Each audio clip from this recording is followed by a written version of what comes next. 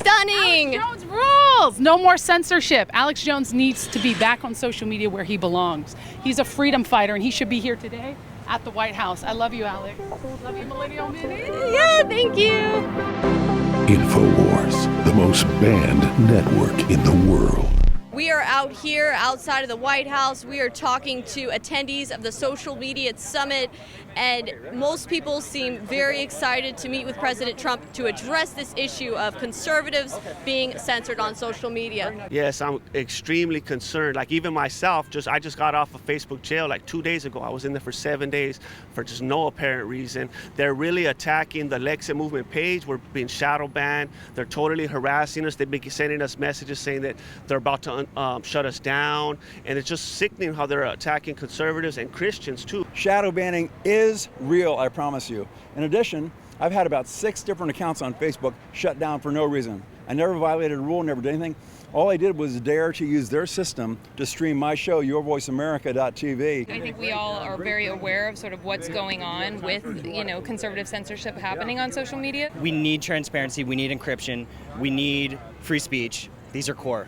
Times have progressed, technology-wise especially, and we kind of need to be all on the same page and treated fairly online. So I think an Internet Bill of Rights would be kind of cool. They're biased and just bashing us, and it's really more like a civil rights issue, I think. There's really unfair market conditions for people like us, Parler, a social media company, to compete with these big players. I've had so many people that have put out truthful information that have been verified, yet they're being censored on social media. The emphasis on fighting back against the social media censorship regarding YouTube is been overlooked. Is there anything in particular that you might ask President Trump to do about the situation on social media?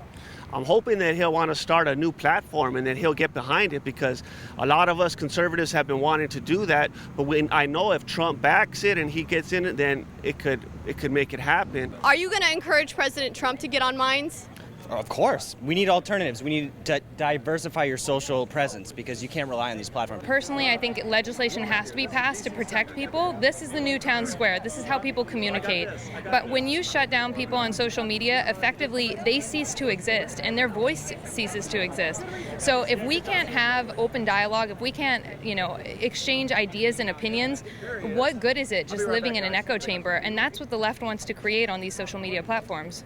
We just had that ruling come down yesterday from the Federal Appeals Court that said that President Trump could no longer block people from his Twitter feed because that would be a violation of their First Amendment rights. But I was under the impression that Twitter was a private company. You didn't have First Amendment rights there. So now has the Federal Appeals Court established that Twitter is in fact the public square and we do have First Amendment rights? If that's true, then all these algorithms that they use to shadow ban us are not constitutional. What do you plan on asking President Trump?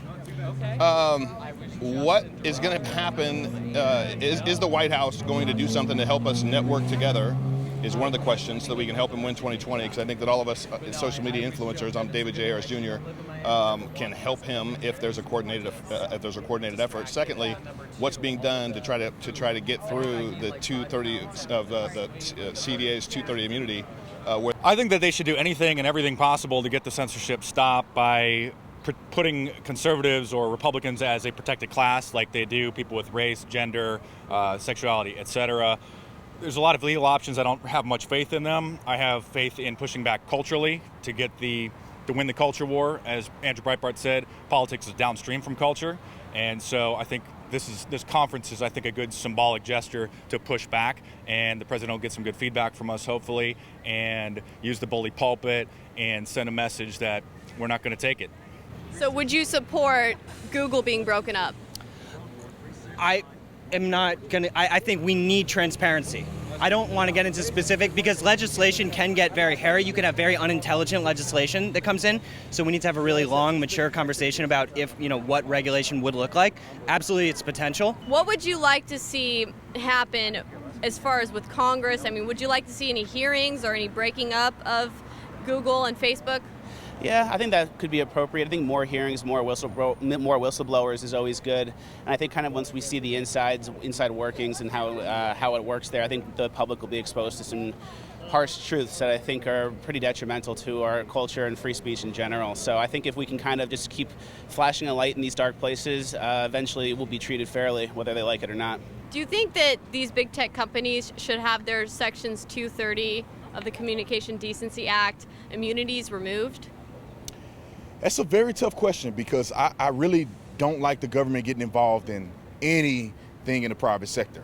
But I know that the government is already involved somewhat by subsidizing and funding some of these social media platforms. I really want us to get to a solution where we can agree and be transparent and let the market kind of dictate how we move forward. If they will not participate fairly with us, then we need to go on to our own social media platforms. I just really don't want to see the government get their hand involved too much, because we all know when the government gets their hand involved, they never take it out. And before you know it, depending on who's the president, depending on who has the House and the Senate, they could potentially ban conversation that they don't want had. Exactly. And that's not safe for us. It is a slippery slope, right? It's a very slippery slope. Anytime you're dealing with the government, it's a slippery slope. Would you like to see any punishments on big social media companies, potentially breaking them up or removing their immunities, like you said? If there's a company that needs to get broken up, it's Google, in my opinion.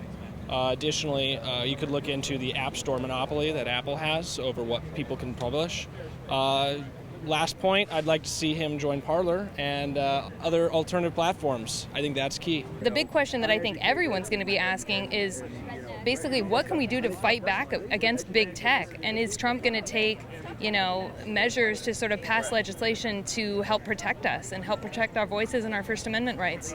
Exactly, because, many conservatives might be a little unmotivated to get out there and start making a platform if they're watching other people who have done it get banned and deleted just in an instant. So what do you think President Trump should do about this legally, legislatively? How do we solve this problem? I mean, I'm no expert, but... So go after these guys for their power, go after them for their company, the antitrust, go after them for their money, and then they will start to notice. Because they basically said in the Gallon, Google said that unless they come after us and threaten us with something serious to us, we're not changing anything we're doing. So that's it. We'll plan to find out if this thing has teeth.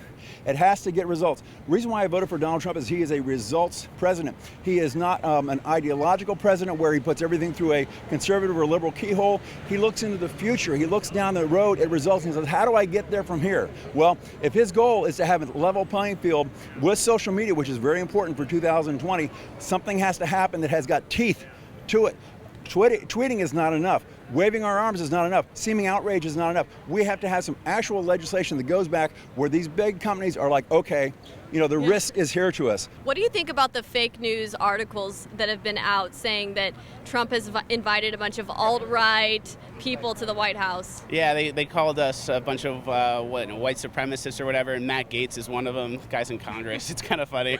I actually didn't release my invitation. I didn't tell anyone I was going just because I wanted to avoid those hit pieces. Yeah, I mean, they're pretty much going to smear anyone. They just keep moving the Overton window until finally even Tim Pool and others are being labeled as alt-right or white supremacists. I mean, isn't this ridiculous? Oh, it's getting ridiculous. And it's a good thing, though, because I think the silent majority historically has been silent because they don't want to be called racist, sexist, homophobic, all these names. But the more you step up and the more you speak out, the more we realize that those insults and those name-calling things don't work. They call black people white supremacists. They call gay people homophobic. It's starting to get ironic. And the more and more we speak up and stand strong as a community and a culture on the right, the easier it is for them to be exposed for who they really are. What are champions made of? Here's a man who can show you.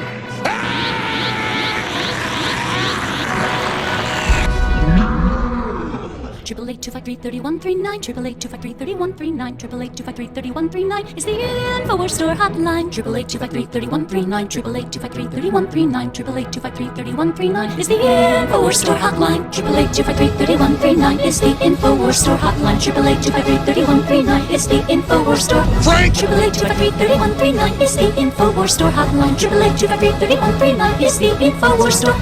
InfoWarsStore.com is simply the best. InfoWarsStore.com beats out all the rest. 888-253-3139, 888-253-3139, 888-253-3139 is the InfoWars Store hotline. 888-253-3139, 888-253-3139, 888-253-3139. That's InfoWarsStore.com.